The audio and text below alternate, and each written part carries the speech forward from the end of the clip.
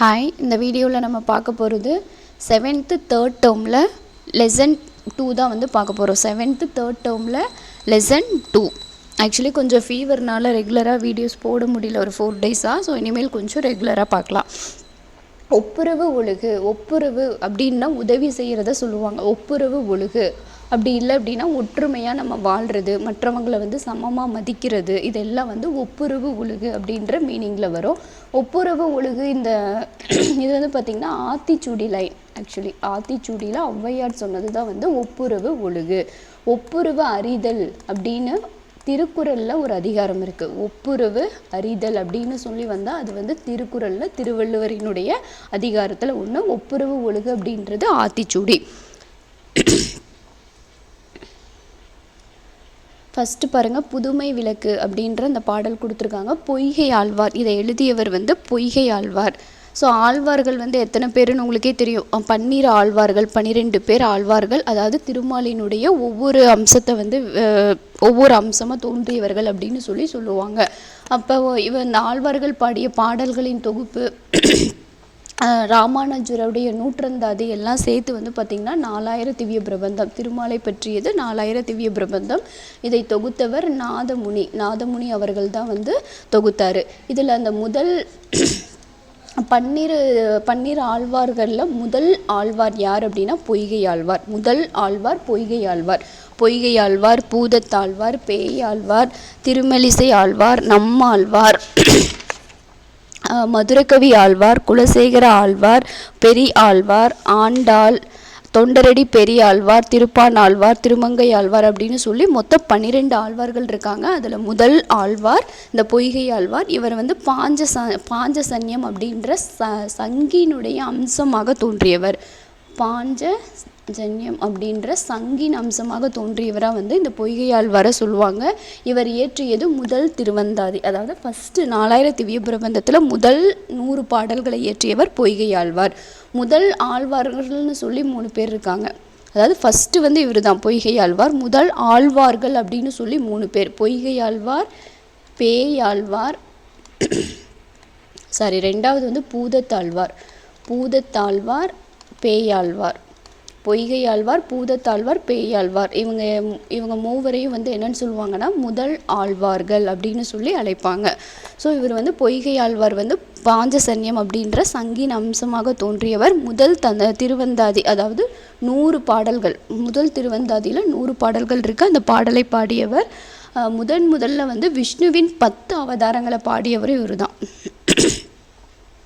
நூல்வெளி பாருங்கள். பொய்கை ஆழ்வார் காஞ்சிபுரத்திற்கு அருகில் உள்ள திருவைக்கா அப்படின்ற ஊரில் பிறந்தவர். காஞ்சிபுரத்துக்கு அருகில் இருக்கக்கூடிய திருவைக்கா அப்படின்ற ஊரில் பிறந்தவர். 4000 திவ்ய பிரபந்தம். ஸோ 4000 பாடல்களினுடைய தொகுப்பு. 4000 திவ்ய பிரபந்தத்தில் உள்ள முதல் திருவந்தாதி இவர் பாடியதாகும். முதல் திருவந்தாதியில் எத்தனை பாடல்கள்னு சொன்ன 100 பாடல்கள் இருக்குது. அதில் ஒரு பாடல் தான் நம்ம இப்போ பார்க்க போகிறோம். வையம் தகலியா வாழ்கடலை நெய்யாக வெய்ய கதிரோன் விளக்காக செய்ய சுடர் ஆழியான் அடிக்கே சூட்டினேன் சொல்மாலை இடர் ஆழி நீங்குகவே என்று. வையம் தகலியா, வையம்னா உலகம். உலகத்தை வந்து விளக்காக வச்சுக்கிறாங்க. உலகம்தான் வந்து பார்த்திங்கன்னா விளக்கு. வார்கடலை நெய்யாக, கடல் நீரை வந்து நெய்யாக வந்து வைக்கிறாங்க.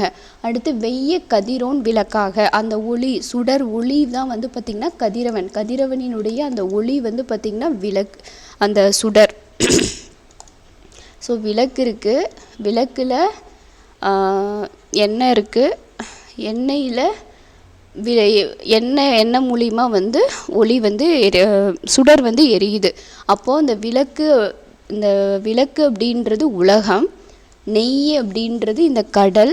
அதுக்கப்புறம் வந்து பார்த்திங்கன்னா அந்த ஒளி சுடர் ஒளியானது வந்து கதிரவனினுடைய சுடர் ஒளி அப்படின்னு சொல்கிறாங்க. செய்ய சுடர் ஆழியான் அடிக்கே சூட்டினேன் சொல்மாலை, அந்த சுடர் ஆழியாக இருக்கக்கூடிய திருமாலினுடைய அந்த திருவடிகளுக்கு நான் ஒரு பாமாலை பாடினேன். எதுக்காக அப்படின்னா இடர் ஆழி நீங்குகவே என்று. இடர்னா வந்து துன்பம், என்னுடைய துன்பம் நீங்கணும்னு சொல்லி நான் வந்து ஒரு பாடலை வந்து பாடினேன்.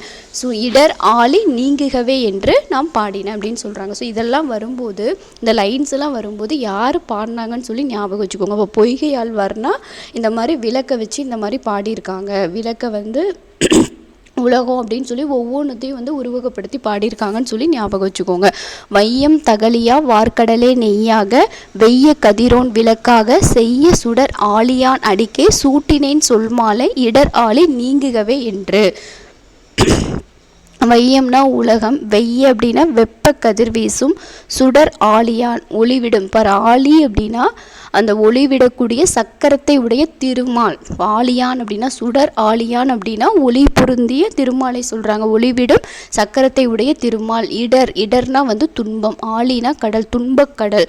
சொல்மாலை அப்படின்னா பாமாலை. பூமி அகல் விளக்காகவும் ஒலிக்கின்ற கடலை நெய்யாகவும், சத்தத்தோடு இருக்கக்கூடிய அந்த கடலை நெய்யாகவும் வெப்ப கதிர்வீசும் கதிரவனை சுடராகவும் கொண்டவன் திருமால். சிவந்த ஒளி வீசும் சக்கரத்தை உடைய அவனது திருவடிகளுக்கு என் துன்பக்கடல் நீங்க வேண்டிய பாடலால் மாலை சூட்டினேன். என்னுடைய பாடலால் நான் என்ன பண்ணேன்? மாலை சூட்டினேன்.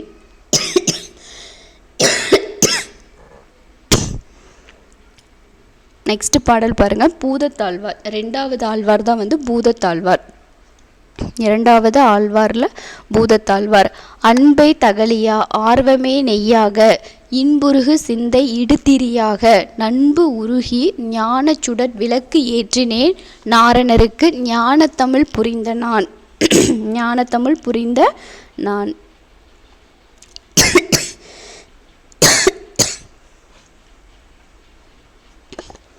அன்பை தகலியாக. ஸோ இங்கேயும் வந்து பார்த்திங்கன்னா அங்கே வந்து வையம் வந்து விளக்கு அப்படின்னு சொல்லுவாங்க. அதில் வந்து உலகம் வந்து விளக்கு அப்படின்னு சொல்லி பொய்கை ஆழ்வார் பாடுவார். இங்கே அன்பை வந்து விளக்காகவும் ஆர்வத்தை நெய்யாகவும் இன்புருகு சிந்தை, இன்பமான அந்த சிந்தையை வந்து திரியாகவும் நண்பு உருகி ஞான சுடர் விளக்கு ஏற்றினேன். அதாவது நண்பு உருகி ஞானத்தை வந்து இங்கே வந்து விளக்காகவும் சுடர் விளக்காகவும் ஏற்றினேன் நானருக்கு ஞான தமிழ் புரிந்த ஞான்.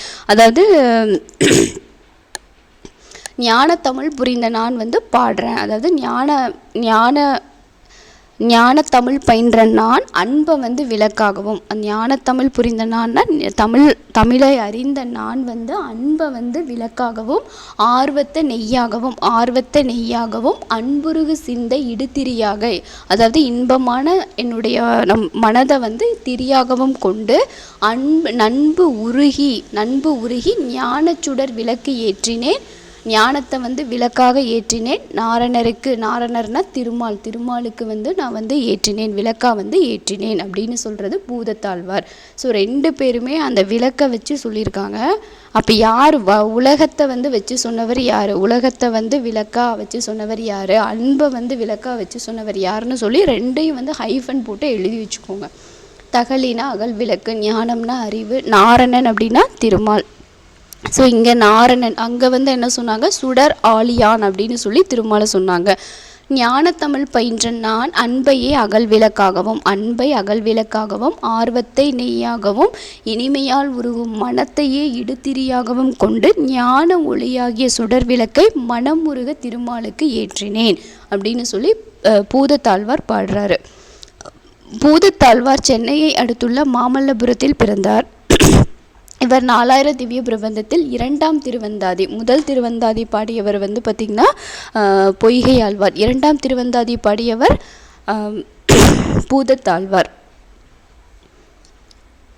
ஸோ இவர் வந்து எந்த அம்சம் அப்படின்னா கதாயுதத்தினுடைய அம்சமாக கௌமோதகி அப்படின்ற அந்த கதாயுதத்தின் அம்சமாக வந்து தோன்றியவராக வந்து சொல்லுவாங்க. ஸோ இது ரொம்ப இம்பார்ட்டன்ட். அந்தாதி அப்படின்னா என்ன? ஒரு பாடலின் இறுதி எழுத்தோ அசையோ சொல்லோ அடுத்து வரும் பாடலுக்கு முதலாக அமைவதை அந்தாதி என்பர். அந்தம் அப்படின்னா முடிவு, ஆதி அப்படின்னா முதல். அதாவது கடைசியாக வரக்கூடிய எழுத்தோ இறுதி எழுத்தோ அசையோ சொல்லோ அல்லது எழுத்தோ இந்த மாதிரி ஏதாவது ஒன்று வந்து எழுத்தாகவும் இருக்கலாம், அல்லது இப்போ வளர்ச்சின்னு இருக்குன்னு வச்சுக்கோங்க. இப்போ சீயை வச்சுட்டு சிறகு அப்படின்னு சொல்லி நம்ம ஸ்டார்ட் பண்ணலாம். இந்த மாதிரி கடைசி எழுத்தையோ அல்லது கடைசி சொல்லையோ கூட வந்து வச்சு அடுத்தது முதல் எழுத்தாக வச்சு பாடுறது தான் வந்து அந்தாதி. ஒரு பாடலின் இறுதி எழுத்தோ அசையோ சொல்லோ அடுத்து வரும் பாடலுக்கு முதலாக அமைவது அந்தாதி என்பர். அந்தம் அப்படின்னா முடிவு, ஆதி அப்படின்னா முதல். இவ்வாறு அந்தாதியாக அமையும் பாடல்களை கொண்டு அமைவது அந்தாதி என்னும் சிற்றிலக்கிய வகையாகும். ஸோ அந்தாதி அப்படின்றது என்னது? ஒரு சிற்றிலக்கிய வகை. திருமாலை போற்றி பாடியவர்கள் 12 ஆழ்வார்கள். ஸோ திருமாலை வந்து போற்றி பாடியவர்கள் தான் வந்து இந்த 12 ஆழ்வார்கள். அவர்கள் பாடிய பாடல்களின் தொகுப்பை தான் நாம் வந்து 4000 திவ்ய பிரபந்தம் அப்படின்னு சொல்கிறோம். அதாவது 4000 பாடல்களினுடைய தொகுப்பு. இதனை தொகுத்தவர் நாதமுனி. நாதமுனின்றவர் தொகுத்தாரு. 12 ஆழ்வார்களுள் பொய்கை ஆழ்வார், பூதத்தாழ்வார், பேயாழ்வார், இவங்க 3 பேரையும் நம்ம என்னன்னு சொல்லுவோம்? முதல் ஆழ்வார்கள். ஸோ முன்னாடி நம்ம இதை பார்த்துட்டோம். பாருங்க, இடர் ஆழி நீங்குகவே. ஸோ இது யார் வந்து பாடினாங்க அப்படின்னா பொய்கை ஆழ்வார் தான் இதை வந்து பாடினார். பொய்கை ஆழ்வார் இடர் ஆழி நீங்குகவே, என்னுடைய துன்பம் நீங்கணும் அப்படின்னு சொல்லி பாடினவர் யார்? பொய்கை ஆழ்வார். இடர் அப்படின்றது துன்பம் அப்படின்ற பொருளை கொண்டது. அன்பு, அன்பு வந்து தகலியா விளக்காக சொன்னாங்க. ஆர்வம் நெய், சிந்தை தான் வந்து அந்த இன்பமான அந்த மனமானது திரியாக கொண்டு ஞானத்தை விளக்காக வந்து ஏற்றினாங்க. ஸோ இது வந்து இப்போ இந்த இதை வந்து பாடினவர் யார் அப்படின்னா பூதத்தாழ்வார். பூதத்தாழ்வார் தான் வந்து இதை வந்து ஊமையாக வச்சு விளக்க வந்து பாடினார். அவர் பொய்கை ஆழ்வார் வந்து பார்த்திங்கன்னா உலகத்தை வந்து விளக்காகவும் கடலை வந்து நெய்யாகவும் கதிரவனினுடைய சுடரை வந்து ஒளியாகவும் கொண்டு வந்து பாடினார். ஸோ இது ரெண்டுக்கும் டிஃப்ரென்ஸ் இருக்குது. யார் எதை பாடினாங்கன்னு சொல்லி ஞாபகம் வச்சுக்கோங்க.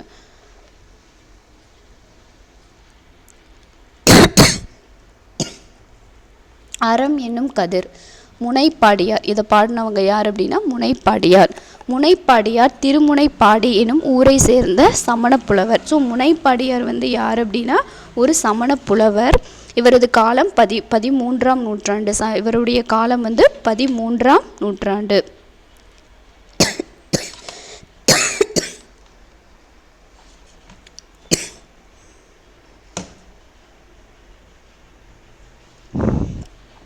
இவர் இயற்றிய அறநெறி சாரம் 225 பாடல்களை கொண்டது. அறநெறிகளை தொகுத்து கூறுவதால் இந்நூல் அறநெறி சாரம் என பெயர் பெற்றது. தொகுத்து கூறுறதுனால இதை வந்து என்னன்னு சொல்கிறாங்க? அறநெறி, அதாவது அறநெறி கருத்துக்களை வந்து தொகுத்து கூறுறதுனால இதை வந்து அறநெறி சாரம் அப்படின்னு சொல்லி அழைக்கிறாங்க. ஸோ 13ஆம் நூற்றாண்டு திருமுனைப்பாடின்ற ஊரில் சேர்ந்தவங்க சமண புலவர். இவங்க வந்து சமண மதத்தை சார்ந்த சமண புலவர். அறநெறி சாரத்தில் எத்தனை பாடல்கள் இருக்குன்னு கேட்பாங்க. 225 பாடல்களை கொண்டது. ஓகே, பாடல் பார்க்கலாம்.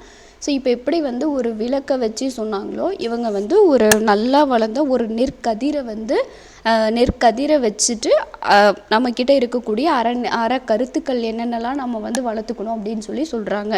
இன்சொல் விளைநிலனா ஈதலே வித்தாக, வன்சொல் களைக்கட்டு, வாய்மை எருவட்டி, அன்பு நீர் பாய்ச்சி, அறக்கதிர் ஈன ஓர் பைங்குள் சிறு காலை செய். இன்சொல் விளைநிலம், அதாவது இன்சொல் இனிமையான சொற்களை வந்து விளைநிலமாக நம்ம வச்சுக்கணும். இன்சொல் விளைநிலம், அதாவது நல்ல விளையக்கூடிய நிலம். இன்சொல் நம்மளுடைய வார்த்தைகள். ஈதல்னா வந்து கொடுக்கிற தன்மை, மற்றவங்களுக்கு கொடுக்கும் தன்மை, கொடுத்தல். ஈதல் அப்படின்னா கொடுக்கறத வந்து விதையாக வச்சுக்கணும். வன்சொல் களைக்கட்டு, களைனா வந்து தேவையில்லாத இந்த நல்லா வளர்ந்துட்டு இருக்கக்கூடிய பயிர்களுக்கு நடுவில் தேவையில்லாத செடியெலாம் வளர்ந்துருக்கும். அது வந்து இந்த நல்லா வளரக்கூடிய செடியை வந்து பாதிக்கும். இந்த களைகளை வந்து நீக்கிறது, அந்த வன்சொல் அப்படின்ற அந்த வன்மையான சொற்களை வந்து நம்ம நீக்கணும். வாய்மை எருவட்டி, வாய்மையை வந்து எருவாக வந்து போடணும். அன்பு நீர் பாய்ச்சி, அன்பை வந்து நீராக பாய்ச்சி, அறக்கதிர் ஈன ஓர் பைங்குள் சிறுகாலை செய். இந்த அறமாகிய கதிரை வந்து நம்ம என்ன பண்ண முடியும்? இது எல்லாம் இந்த மாதிரி சரியான விளைநிலம், நல்ல விதை, நல்ல எரு, அதுக்கப்புறம் நல்ல நீர், இது எல்லாத்தையும் நம்ம பாய்ச்சணும் அப்படின்னா கதிர் வந்து நல்லா வளரும். அது மாதிரி பசுமையான கதிரானது நமக்கு கிடைக்கும். அது மாதிரி நம்மளுடைய நம்மளுடைய செயல்கள் வந்து எப்படி இருக்கணும், இன்சொல் இருக்கணும், மற்றவங்களுக்கு கொடுக்குற தன்மை இருக்கணும், வன்சொல் இருக்கக்கூடாது, வாய்மை இருக்கணும், அன்புன்ற ஒரு விஷயம் இருக்கணும். இது எல்லாம் இருந்தது அப்படின்னா நம்ம நல்லா வாழலாம். இதுதான் வந்து அறக்கருத்துக்கள், ஒரு மனிதன் கடைபிடிக்க வேண்டிய அற செயல்கள், அறக்கருத்துக்கள், இது எல்லாத்தையும் சொல்லியிருக்கிறது தான் இந்த பாடல். முனைப்பாடியார் பாடியிருக்காங்க. பாருங்கள், வித்து அப்படின்னா விதை, ஈன அப்படின்னா பிற, நிலன்னா நிலம், கலைனா வேண்டாத செடி, கலை செடின்னு சொல்லுவோம் பார்த்தீங்களா, கலை செடி. பைங்கூழ் அப்படின்றது பசுமையான கூழ், பைங்கூழ் அப்படின்னா பசுமையான பயிர், கூழ்னா பயிர், கூழில் பசுமையான பயிர். வன்சொல் அப்படின்றது கடுஞ்சொல். இனிய சொல்லையே விளைநிலமாக கொள்ள வேண்டும், இனிய சொல்ல விளை நிலமாக கொள்ள வேண்டும். ஈகை அப்படின்றத வந்து விதையாக விதைக்க வேண்டும், விதைன்றது வந்து நம்மளுடைய கொடுக்கிற தன்மையாகிய பண்பு. வன்சொல் அப்படின்ற கலையை நீக்க வேண்டும், உண்மை பேசுதல், உண்மை அப்படின்றத எருவாக இட வேண்டும், அன்பாகிய நீரை பாய்ச்ச வேண்டும், அப்போதுதான் அறமாகிய கதிரை பயனாக பெற முடியும். இளம் வயதிலேயே இச்செயல்களை செய்ய வேண்டும். ஸோ இளம் வயதிலேயே வந்து இந்த மாதிரி செயல்களை வந்து நம்ம வந்து கடைபிடிக்கணும் அப்படின்னு சொல்லி பாடியிருக்காங்க. காந்தியடிகள் எப்போதும் டேஸ் பேசினார், காந்தியடிகள் எப்போதும் வாய்மையை பேசினார். ஓகே, விளைநிலம்ன்றது நிலம்ன்றது இன்சொல், நிலம் அப்படின்றது இன்சொல், விதைன்றது கொடுத்தல் ஈகை, கலை அப்படின்றது வன்சொல், உரம் அப்படின்றது உண்மை.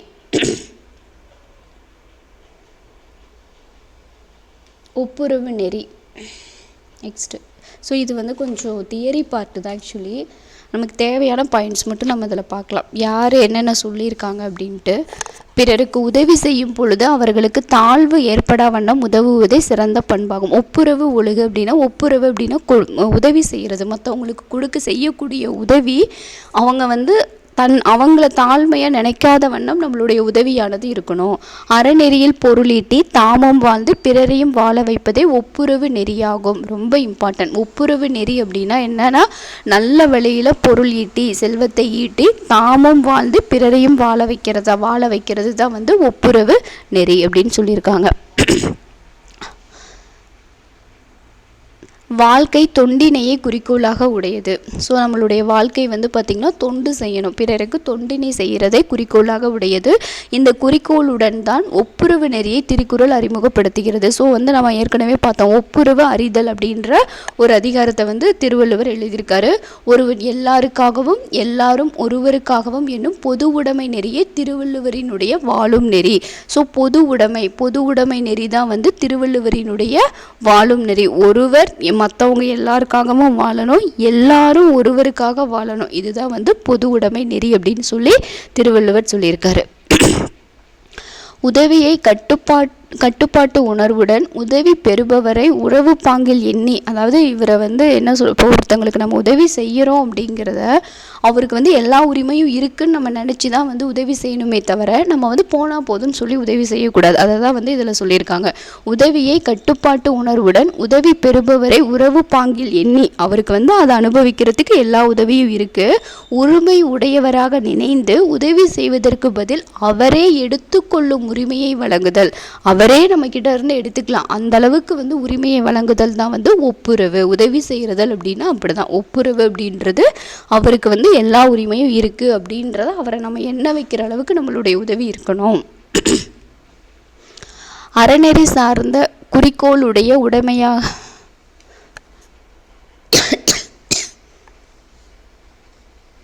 ஸோ இதெல்லாம் தேவையில்லை. ஒப்புரவில் ஈதல் ஏற்றல் என்பதன் வழியாக அமையும் புரவலர் இரவலர் உறவு இல்லை. புரவலர் இரவலர் அப்படின்னா, புரவலர்னா நமக்கு தேவையானவங்க, இரவலர்னா வெளியால். ஒப்புரவில் கொடுக்கறதுல, அந்த ஒப்புரவில் ஈதல் ஏற்றல் கொடுத்தல் வாங்கல் அப்படின்ற வழியாக அமையக்கூடிய புரவலர் இரவலர் அப்படின்ற உறவு கிடையாது. ஒப்புரவு நெறி சார்ந்த வாழ்க்கை உரிமையும் கடமையும் உடைய வாழ்வு முறையாக அமைவதால் கடமைகள் உரிமைகளை வழங்குகின்றன. ஸோ இதெல்லாம் சும்மா ரீட் பண்ணிக்கோங்க. ஈதல் ஏற்றல் புரவலர் இரவலர், ஸோ இதெல்லாம் வந்து தெரிஞ்சிருக்கணும். பொருள் ஈட்டலிலும் அந்த பொருளை நுகர்தலிலும் அறிவியல் பாங்கு தேவை. ஸோ வந்து பொருள் ஈட்டுறதுக்கும் அந்த பொருளை வந்து நம்ம நுகர்றதுக்கும் அறிவியல் பாங்கு தேவை. வாழ்வு அறநிலைய பாதுகாவல் வாழ்வு அறநிலைய பாதுகாவல் வாழ்வாக அமைய வேண்டும். வாழ்வு எப்படி இருக்கணும் அப்படின்னா அறநிலைய பாதுகாவல் வாழ்வாக அமைய வேண்டும். இதை வந்து அப்பரடிகள் எடுத்து கூறுகிறார். ஸோ இந்த ஒரு லைன் கொடுத்துட்டு யார் கூறுனாங்க அப்படின்னு சொல்லலாம். அதை வந்து காந்தியடிகள் வந்து வழிமொழிகிறாரு. எதை வழிமொழிகிறாரு? வாழ்வு அறநிலைய பாதுகாவல் வாழ்வாக அமைய வேண்டும். அதை வந்து அண்ணல் காந்தியடிகள் வழிமொழிகிறாரு. பாவேந்தர் பாரதிதாசன் என்ன சொல்றாரு? உலகம் உண்ண உன் உடுத்த உடுப்பாய். பாரதிதாசன் என்ன சொல்றாரு? உலகம் உலகம் உண்ணும் போது உண்ணும் உடுத்த உடுப்பாய் அப்படின்னு சொல்றவர் பாரதிதாசன். வாழ்வு அறநிலைய பாதுகாவல் வாழ்வாக அமைய வேண்டும். நம்மளுடைய வாழ்வு வந்து அறநிலைய பாதுகாவல் வாழ்வாக வந்து அமைய வேண்டும்னு ஸோ அந்த முறையை சொன்னவர் அப்பரடிகள். அதை வழிமொழிந்தவர் காந்தியடிகள். உலகம் உண்ண உன் உடுத்த உடு அப்படின்னு சொன்னவர் பாவேந்தர் பாரதிதாசன். பொருளீட்டல் அப்படின்றது நாம் மட்டும் வாழ்கிறதுக்காக இல்லை, மற்றவங்களுக்கும் நம்ம கொடுக்கறது தான். மற்றவர்களுக்கு வழங்கி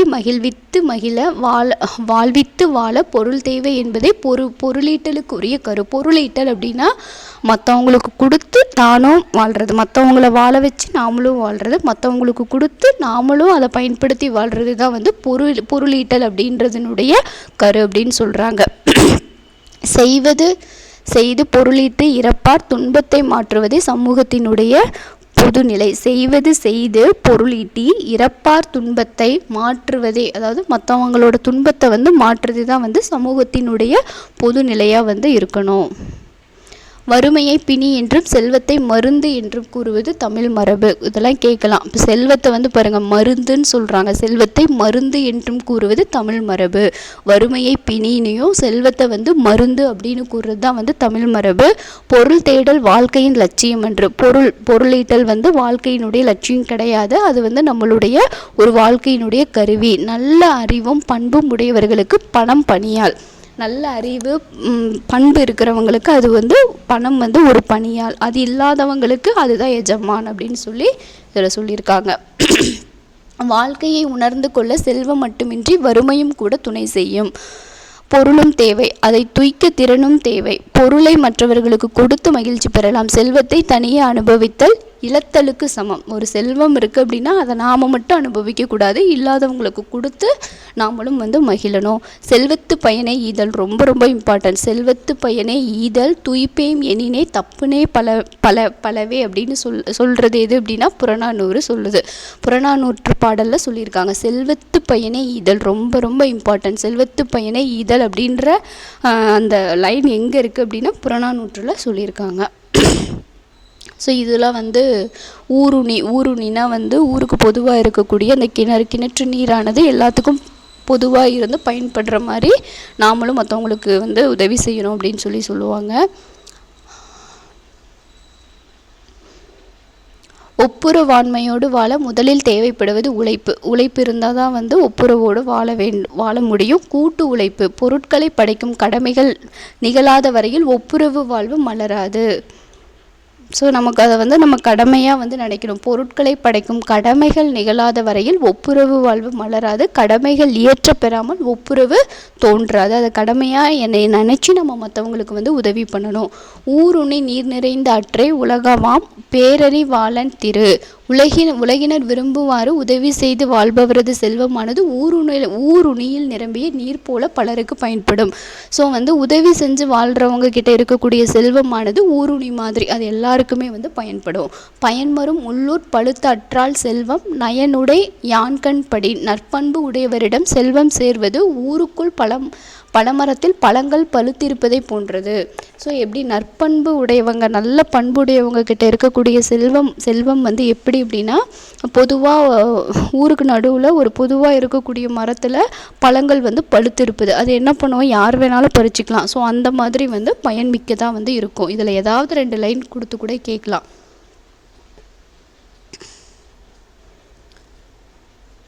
மக்கள் பணியையே இறைப்பணியாக எண்ணி தம் வாழ்நாள் முழுவதும் தொண்டு செய்தவர் தவத்திரு குன்றக்குடி அடிகளார். ஸோ வந்து மக்கள் பணியை இறைப்பணியாக நினச்சி பண்ணவர் தான் வந்து குன்றக்குடி அடிகளார். குன்றக்குடி திருமடத்தினுடைய தலைவராக விளங்கினார். பேச்சாலும் எழுத்தாலும் இறை தொண்டும் சமூக தொண்டும் இலக்கிய தொண்டும் ஆற்றியவர். திருக்குறள் நெறியை பரப்புவதை தம் வாழ்நாள் கடமையாக கொண்டவர். ஸோ கேட்கலாம், குன்றக்குடி அடிகளார் வந்து தம் வாழ்நாள் கடமையாக எதை கொண்டார் அப்படின்னு கேட்கலாம். திருக்குறள் நெறியை வந்து பரப்புறதை தான் வந்து வாழ்நாள் கடமையாக வந்து கொண்டார். நாயன்மார் அடிச்சுவட்டில் குறட்செல்வம் ஆலயங்கள் சமுதாய மையங்கள் உள்ளிட்ட பல நூல்களை எழுதியுள்ளார். ஸோ நாயன்மார் அடிச்சுவட்டில் குறட்செல்வம் ஆலயங்கள் சமுதாய மையங்கள் உள்ளிட்ட பல நூல்களை வந்து எழுதியிருக்காரு. அருளோசை அறிக அறிவியல் உள்ளிட்ட சில இதழ்களையும் வந்து அவர் நடத்தியிருக்காரு. இவர் வந்து சொந்தமாக இதழ்களை வந்து நடத்தியிருக்காரு. அருளோசை அறிக அறிவியல் அப்படின்னு சொல்லி 2 இதழ்களையும் வந்து அவர் என்ன பண்ணியிருக்காரு, நடத்தியிருக்காரு. ஒருவர் எல்லாருக்காகவும் எல்லாரும் ஒருவருக்காகவும் அப்படின்றது தான் பொது உடைமை. இது எதில் சொல்லியிருக்காங்க, இந்த பொது உடைமை நெறின்னு கூட கேட்கலாம். திருக்குறளில் சொல்லியிருக்காங்க. செல்வத்தின் பயன் டேஸ் வாழ்வு, ஒப்புரவு வாழ்வு. செல்வத்தினுடைய பயன் வந்து ஒப்புரவு வாழ்வு. வறுமையை பிணி என்றும் செல்வத்தை மருந்து அப்படின்னு சொல்கிறது தமிழருடைய மரபு. உலகம் உண்ண உன் உடுத்த உடுப்பாய் என்று கூறியவர் பாரதிதாசன். ஆக்சுவலி இது கொஞ்சம் டவுட்டாக இருக்குது. நீண்ட வாழ்வு செல்வத்தின் பயன் நோயற்ற வாழ்வா இல்லை ஒப்புரவு வாழ்வா, இது கொஞ்சம் எனக்கு டவுட்டாக இருக்குது. இதை நீங்கள் பார்த்துக்கோங்க. எதிர்ச்சொல் எளிது அரிது. ஈதல் கொடுத்தல். ஈதல்னா கொடுக்கிறது, ஏற்றல்னா பெறுதல். அந்நியர் உறவினர், இரவலர் புரவலர். ஸோ இதில் சும்மா ஒரு 2 பாயிண்ட் மட்டும். உண்மை ஒளி, இது ஒரு ஜென் கதையை வச்சு சொல்லியிருப்பாங்க. உண்மையான ஒளினா என்ன, உண்மையான அந்த ஒளினா என்ன அப்படின்னு சொல்லி இதில் சொல்லியிருப்பாங்க. ஒரு மனிதரை காணும்போது இவர் என் உடன் பிறந்தவர் என்று எப்போது நீங்கள் உணர்கிறீர்களோ அப்போதுதான் உண்மையான ஒளி உங்களுக்குள் ஏற்படுகிறது. அப்போ உண்மையான ஒளி ஏதாவது கூற்றுல மாதிரி கொடுத்து கூட கேட்கலாம். உண்மையான ஒளி அப்படின்றது மற்றவங்கள வந்து நம்மளுடைய உடன் பிறந்தார், நமக்கு ஈக்குவலானவங்க அப்படின்னு சொல்லி நம்ம நினைக்கிறது தான் உண்மையான ஒளி. இரவும் பகலும் வெறும் கால வேறுபாடுகள் தான். உண்மையான ஒளி உள்ளத்தின் உள்ளே ஏற்பட வேண்டியது, உள்ளத்தின் உள்ளே தான் வந்து ஏற்படணும். உண்மையான ஒளி அப்படின்றது காலையில் வந்து சூரியன் வருது, அது ஒளி, அது கிடையாது. நம்ம உள்ளத்துக்குள்ளே ஏற்படுறது தான் உண்மையான ஒளி அப்படின்னு சொல்லி சொல்கிறாங்க.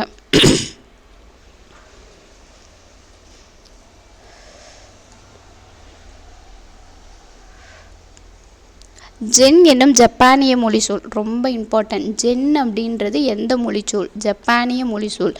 அந்த சொல்லுக்கு தியானம் செய் அப்படின்னு சொல்லி பொருள். தியானம் செய், ஜென் கதைகள்னு சொல்லி நிறைய நம்ம படிச்சிருப்போம். அது வந்து ஜப்பானிய மொழி சொல். அதுக்கு அர்த்தம் வந்து தியானம் செய். புத்த மதத்தை சார்ந்த துறவியரில் ஒரு பிரிவு, அந்த புத்த மதத்தை புத்திசம் சார்ந்த அந்த ஒரு பிரிவு மக்களை தான் வந்து ஜென் சிந்தனையாளர்கள் அப்படின்னு சொல்லுவாங்க. இவர்கள் பெரும்பாலும் சீனா ஜப்பான் அந்த நாட்டில் வந்து வாழக்கூடியவங்க. ஸோ சீனா ஜப்பானில் வாழக்கூடியவங்க தான் வந்து இந்த ஜென் சிந்தனையாளர்கள். ஓகே, இதோட வந்து இந்த லெசன் 2 வந்து ஓவர். நெக்ஸ்ட் வீடியோவில் நம்ம லெசன் 3 பார்க்கலாம். தேங்க்யூ.